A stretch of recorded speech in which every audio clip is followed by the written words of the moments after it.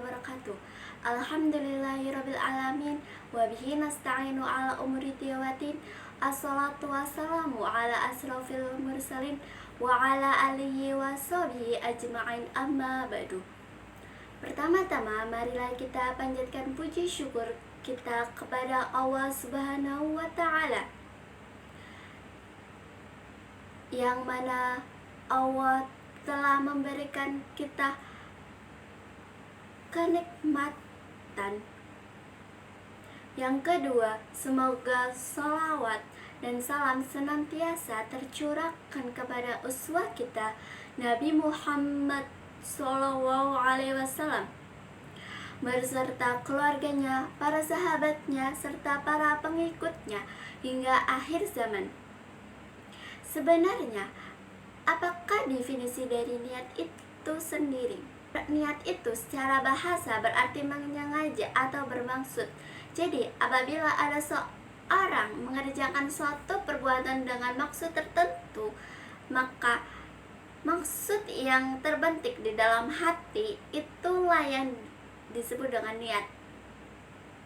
Niat itu terletak di dalam hati. Maka meskipun kita sudah melafalkan ucapan niat, tetapi apa yang kita ucapkan berseberangan dengan maksud yang terbetik di dalam hati, maka yang menjadi tolak ukurnya adalah maksud atau niat yang ada di dalam hati, bukan niat yang diucapkan. Mengapa niat itu begitu penting dalam mengerjakan suatu perbuatan? Dalam hadis Rasulullah SAW bersabda,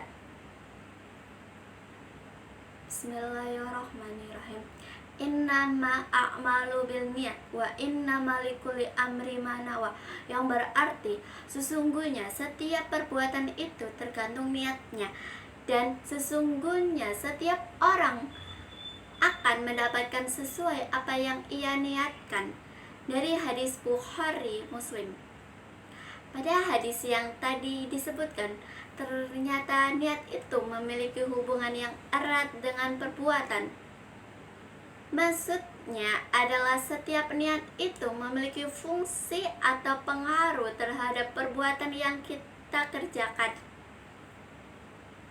Sebagai contoh, kita melakukan sholat dengan niat agar dilihat oleh orang lain, maka sholat yang kita barusan kerjakan, meskipun sholat itu adalah hal yang baik, namun Allah Subhanahu wa Ta'ala tidak menerima sholat kita. Dan demikian karena sholat yang kita kerjakan tidak niat karena Allah, dan Allah tidak akan menerima amal atau perbuatan yang dilakukan dengan niat bukan karena Allah. Itu apa yang kita peroleh dari perbuatan atau amalan yang kita lakukan juga tergantung dari niatnya. Misalkan ketika kita melakukan rutinitas sederhana seperti makan dan minum, namun apabila kita niatkan karena Allah, maka kita akan memperoleh pahala dari rutinitas yang kita kerjakan.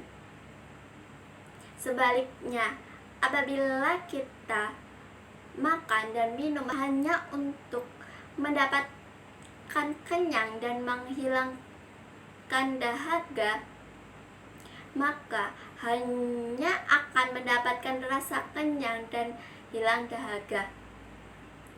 Maka dari sini dapat kita ambil kesimpulan bahwasanya aktivitas apapun yang kita lakukan, baik itu aktivitas ibadah ataupun aktivitas rutin yang bukan ibadah, akan berbuah pahala apabila kita niatkan karena Allah.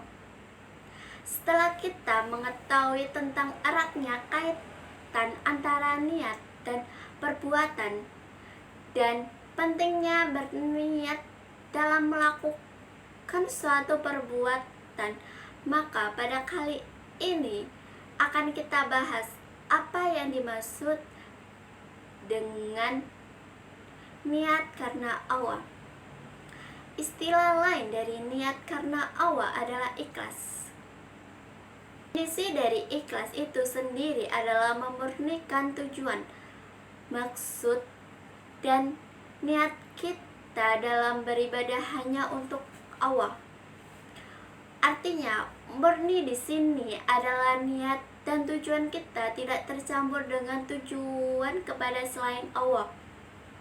Sebagai contoh, kita membaca Al-Quran dengan tujuan mendapatkan ridho dari Allah dan juga ridho manusia. Tersebut belum dikatakan ikhlas niat karena Allah. Mengapa? Karena meskipun dia mengharapkan ridho dari Allah, tetapi masih tercampur dengan harapan ridho dari manusia. Lalu seperti apakah yang dimaksud dengan ikhlas niat karena Allah? Yang dimaksud dengan ikhlas niat karena Allah adalah kita mengerjakan ibadah semata-mata hanya tanpa mengharapkan apapun dari makhluk. Jadi, apabila kita melakukan ibadah semisal sholat ataupun yang lainnya, maka niat dan tujuan kita adalah ridho dari Allah Ta'ala.